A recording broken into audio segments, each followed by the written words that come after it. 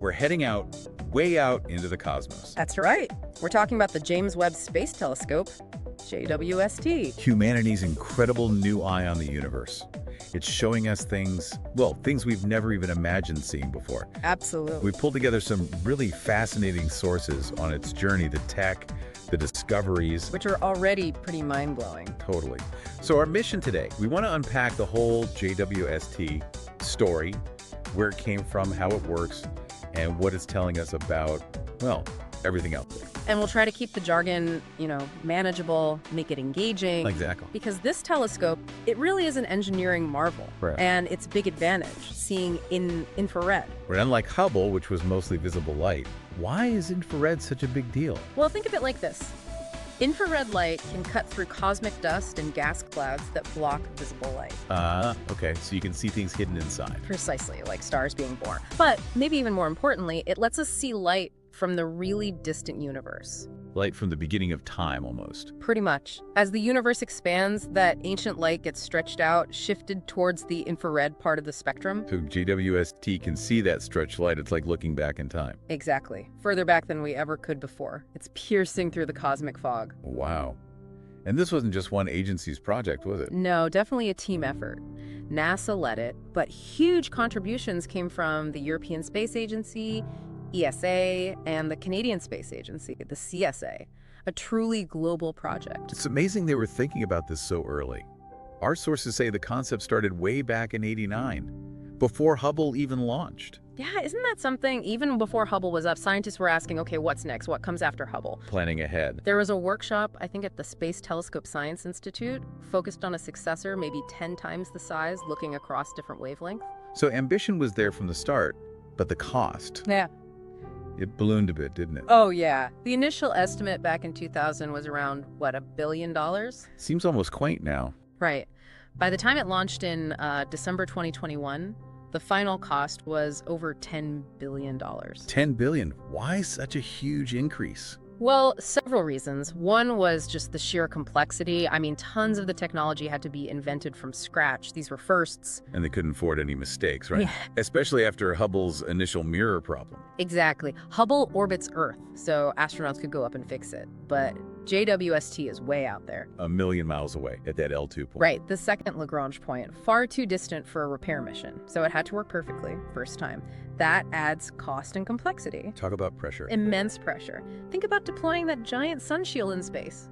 5 layers, the size of a tennis court. I read there was something like 344 potential single points of failure just for the deployment. Something like that, yeah. Just hundreds of things that had to go exactly right. And they had setbacks during testing too, issues with acoustics, loose fasteners, even simple human errors like using the wrong solvent or wiring things incorrectly. Ouch.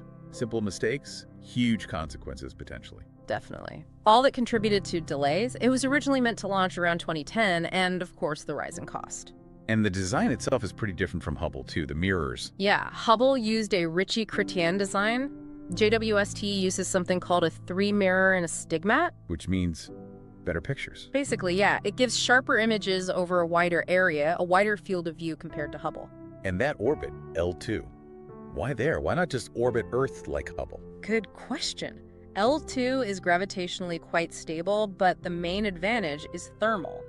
Out there, 1 million miles away, the Earth, Moon, and Sun are all roughly in the same direction. Ah, so the sun shield can block all their heat and light at once. Exactly. That massive sun shield keeps the telescope incredibly cold, which it needs to be for sensitive infrared observations. How cold are we talking? Colder than Pluto. Below 50 Kelvin, so that's about minus 370 degrees Fahrenheit or so on the cold side. Whoa, and the hot side is baking. Yeah, the side facing the sun gets up to around 230 Fahrenheit. It's an incredible temperature difference across those 5 thin layers. That shield is amazing. And the main mirror itself, 18 segments, right? Made of beryllium. Yep, 18 gold-coated beryllium hexagons. Beryllium is light but strong and holds its shape well at low temperatures. And the gold coating is for reflecting infrared light really well. That's right. But the really wild part, they had to design and polish those mirror segments to be perfectly wrong at room temperature. Perfectly wrong. How does that work? Because they knew the beryllium would shrink and change shape slightly as it cooled down to its operating temperature in space. So they calculated exactly how it would change and ground the mirrors so they'd warp into the perfect shape once they were freezing cold. That's just mind-boggling precision. It really is. The whole process was incredible. And getting it out there wasn't quick either. No, it took about 29 days, almost a month, just to travel to L2. And then it wasn't ready to go straight away. Oh. Then came about 6 months of cooling down, carefully aligning all 18 of those mirror segments so they acted like one giant mirror, and testing out all the science instruments. A long commissioning phase. Very thorough. Had to be. So the plan was for 10 years of operation. That was the goal, yes. But the launch was so precise, so efficient, that it used less fuel than expected to get to L2 and make course corrections. Meaning more fuel left over? Exactly. So now they think it could potentially operate for 20 years, maybe even longer. Fantastic. Double the science. Which is great news because the science it's already doing is phenomenal. Let's get into that. What were the main things JWST was built to find out? The big questions. Okay, so the official goals are pretty ambitious. First, they want to find the very first galaxies, the first luminous objects that formed after the Big Bang. Seeing the cosmic dawn. Essentially, yes. Yeah. Second, figure out how galaxies evolve over time, from those first seeds to the complex structures like our Milky Way. Okay. Third, to watch stars being born inside those dusty clouds we talked about and see how planetary systems form around them. Getting closer to home. And fourth, a really big one, study the atmospheres of exoplanets, planets orbiting other stars, figure out what they're made of, their conditions, and, well, investigate the potential for life. The $1 million, or I guess $10 billion question. You could say that. These goals get grouped into themes, like first light and reionization, assembly of galaxies, birth of stars, planetary systems and origins of life, and even looking at our own solar system. So it covers a huge range. Has it started delivering on those goals? Oh, absolutely. Let's start with the really early universe, that era of reionization. That's when the first light cleared the fog, right? Yeah, the universe was filled with neutral hydrogen gas, like a thick fog. Then the first stars and galaxies switched on. Their ultraviolet light ionized that gas, making the universe transparent. Okay. JWST found something really surprising early on. It detected a specific kind of UV light called Lyman alpha emission, Okay. escaping from a galaxy called JD's GSZ13-1. Now, this galaxy is seen as it was just 330 million years after the Big Bang. That's incredibly early. And seeing that light escaping is significant. Hugely significant. It's the earliest direct evidence we have of this happening, suggesting maybe that whole reionization process started earlier than our models predicted. So the cosmic dawn might have broken a bit sooner than we thought? It looks that way. It's like seeing a lighthouse beam cutting through the fog much earlier than expected. We're still figuring out what exactly produced that light, maybe supermassive early stars, or even an early black hole. Wow. Okay, what about the galaxies themselves from that early time? That's another area full of surprises. JWST is finding galaxies dating back to just 500, 700 million years after the Big Bang that seem, well, unexpectedly big. Too big, too soon. Kind of, yeah. They appear much more massive, and their stars seem older than our standard models of galaxy formation would predict for that era. How big are we talking? Some look almost as massive as our own Milky Way today, which suggests star formation was happening incredibly efficiently, really early on. That challenges the idea that galaxies built up slowly over time. It definitely pushes the timeline. We're also seeing hints of complex structures, like spiral arms or disks in some of these early galaxies, much earlier than we thought such mature features would appear. So does this mean our whole model of the universe, the Lambda-CDM model, is wrong? I saw some headlines about that. Well, that was the initial buzz. Finding these surprisingly mature galaxies so early certainly sparked debate. It's like finding complex cities way back in prehistory. Right. But as scientists have dug into the data more, the current thinking is that the overall Lambda-CDM model, our standard picture of cosmology, still holds up pretty well. Okay, so the universe itself isn't broken. Probably not. But what is being challenged is our understanding of the details, specifically how quickly stars could form and galaxies could grow in those very first billion years. It seems things happen faster, maybe more efficiently than we assumed. So we need to tweak the models of star formation, not throw out the whole cosmology book. That seems to be the direction things are heading. These distant galaxies aren't just massive, they also seem more spread out and richer in heavy elements, or metals as astronomers call them, than expected. Fascinating. What about black holes in the early universe? JWST is giving us new clues there too. It's seen evidence of black holes merging very early on, within that first billion years. Which tells us how they grow. Exactly. It helps us understand how the supermassive black holes we see at the center of most large galaxies today got so enormous so quickly. And are those early black holes proportional to their galaxies? That's another puzzle.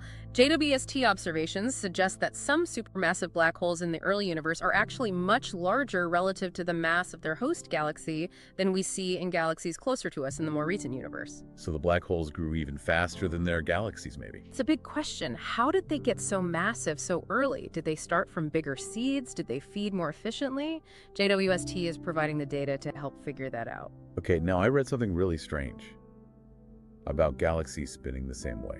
Ah, yes, the JADE survey finding. That was unexpected.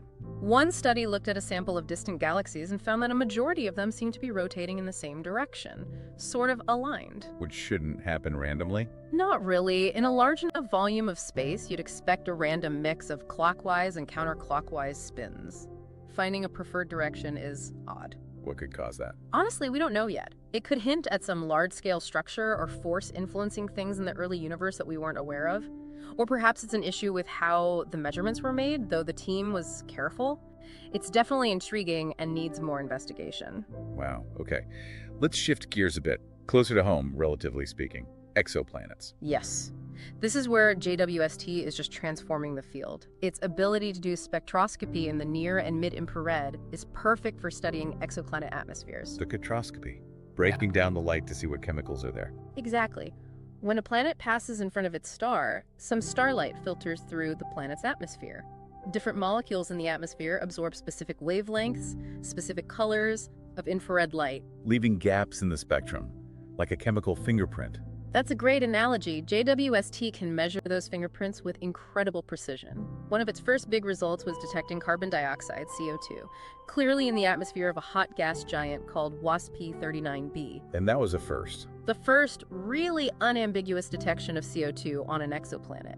It showed off JWST's power compared to Hubble, which really struggled with this kind of atmospheric detail. So it's giving us a chemical inventory of alien air. Pretty much. It also found sulfur dioxide on JWST-39b, which points to photochemistry chemical reactions driven by the star's light. Cool. What about smaller, rockier planets, like Earth? That's the ultimate goal, but it's harder. JWST did make the first thermal emission measurement for a potentially rocky, Earth-sized planet, TRAPPIST-1b. And what did it find? The data suggests it probably doesn't have a significant atmosphere.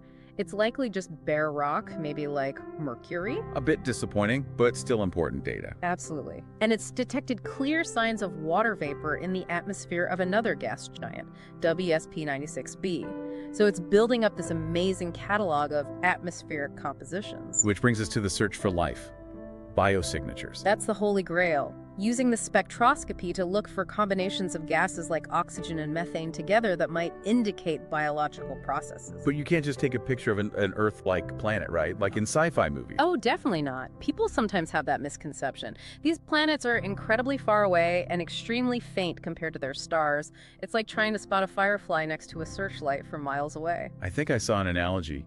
Even for Proxima Centauri's planet, our nearest neighbor, it would be less than 1 pixel in a JWST image. That's about right. Direct imaging of Earth-like worlds is just extraordinarily difficult. So JWST's main contribution here is analyzing the light from the atmosphere, not taking pretty landscape photos. Good to clarify that.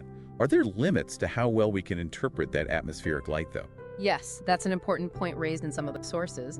There's talk of a potential accuracy wall, Meaning, meaning our ability to translate the light signals JWST detects into precise atmospheric properties like temperature, or the exact abundance of certain gases depends on the accuracy of our computer models of how light interacts with those gases. and those models aren't perfect. They have uncertainties, things like how molecules absorb light at different temperatures and pressures. We're still refining that knowledge.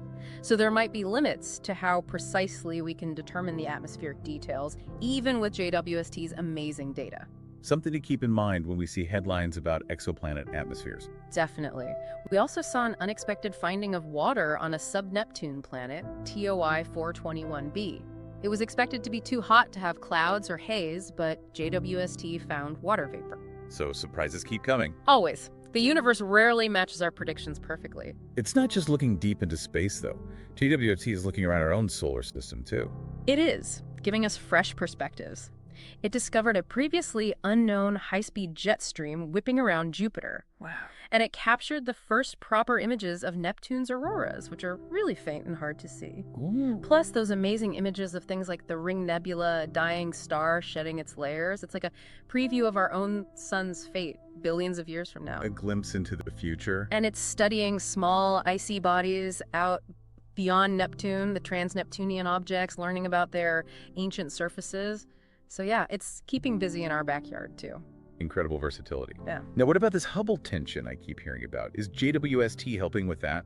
Ah, the Hubble constant problem. Yeah. This is a major puzzle in cosmology. Basically, we have two main ways of determining how fast the universe is expanding right now. Okay. One way is based on studying the leftover light from the Big Bang, the cosmic microwave background, and using our standard model of cosmology, Lambda-CDM, to predict the present-day expansion rate. The other way is to directly measure the distances and speeds of objects in the relatively nearby universe, using things like supernovae and Cepheid variable stars. And the problem is? The problem is, the two methods give different answers. The direct measurements suggest the universe is expanding faster than the predictions based on the early universe and our standard model. That disagreement is the Hubble tension. And JWST was supposed to help resolve this. People hoped it would. JWST can make incredibly precise measurements of those Cepheid variable stars, which are like cosmic distance markers. Because they pulse at a rate related to their brightness. Exactly. So JWST re-measured some Cepheids that Hubble had looked at, but with much higher precision, less hampered by dust. Did it solve the tension? Nope. If anything, it made it worse. JWST's measurements confirmed the Hubble measurements very accurately, which means the discrepancy with the early universe prediction is definitely real. It's not just an error in the telescope data. So the tension is deeper. What does that imply? It implies there might be something fundamentally missing in our standard model of cosmology. Maybe dark energy is behaving strangely. Maybe there's some new physics we don't know about. It's a big mystery. A puzzle JWST has sharpened, not solved. Precisely. Future telescopes like the Nancy Grace Roman Space Telescope and ESA's Euclid will keep probing this. Wow. Okay, one more big topic, dark matter. Is JWST shaking things up there too? Potentially, yes. Remember we talked about those surprisingly large and bright early galaxies? Yeah, the ones that grew too fast. Well, according to our standard cold dark matter models, galaxies should assemble gradually, pulled together by gravity over long periods. Finding these big galaxies so early challenges that picture. Suggesting maybe dark matter works differently or maybe isn't needed. That's where alternative ideas come in, like MOND modified Newtonian dynamics. MOND suggests gravity itself behaves differently on galactic scales, especially where it's very weak, like in the outskirts of galaxies. And that would explain galaxy rotation without needing dark matter. That's the idea behind MOND, yes. It's definitely not the mainstream view, but some argue that these early, rapidly formed galaxies fit better with MOND predictions than standard dark matter models. So JWST's findings are giving some fuel to these alternative theories. They're certainly making cosmologists take a hard look at the assumptions in the standard model, especially concerning early structure formation. It doesn't mean dark matter is dead, but the observations are pushing us to refine our understanding. It's just amazing how one instrument can touch on so many fundamental questions. It really is. So let's circle back to the idea of photos of Earth-like planets. We established that's not really what JWST does best, right? Right. Direct imaging is incredibly hard. The real power for exoplanets is spectroscopy, analyzing the atmospheric composition through light. Decoding the chemical fingerprints. Exact! And the stunning images we do see from JWST, like we saw with Hubble, they're often processed, maybe using false colors. Often, yes. False color images assign different colors to different infrared wavelengths that our eyes can't see. This helps scientists visualize the data and highlight specific features, like areas of star formation or different chemical elements. They are still scientifically valuable and often beautiful, but not what you'd see with your own eyes. Good point. And finally, this idea of looking back in time. It's because light takes time to travel, not because we're literally time traveling, correct? Absolutely correct. When we look at a galaxy billions of light years away, we are seeing the light that left that galaxy billions of years ago. So we see the galaxy as it was then, not as it is now. We're observing ancient history carried to us by light. A perfect way to put it. Okay, so wrapping this up.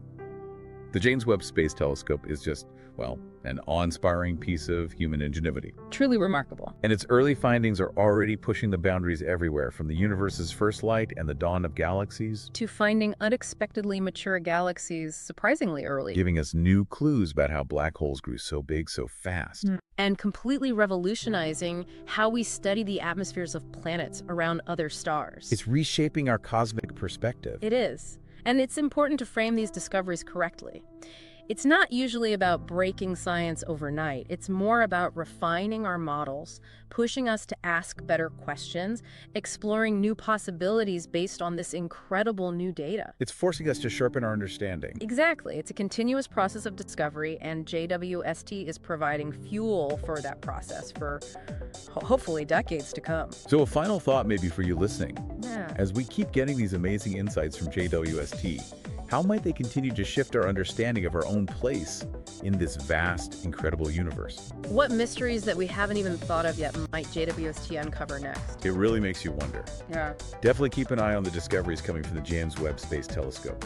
It's an exciting time to be exploring the cosmos. Thanks for taking this deep dive with us today.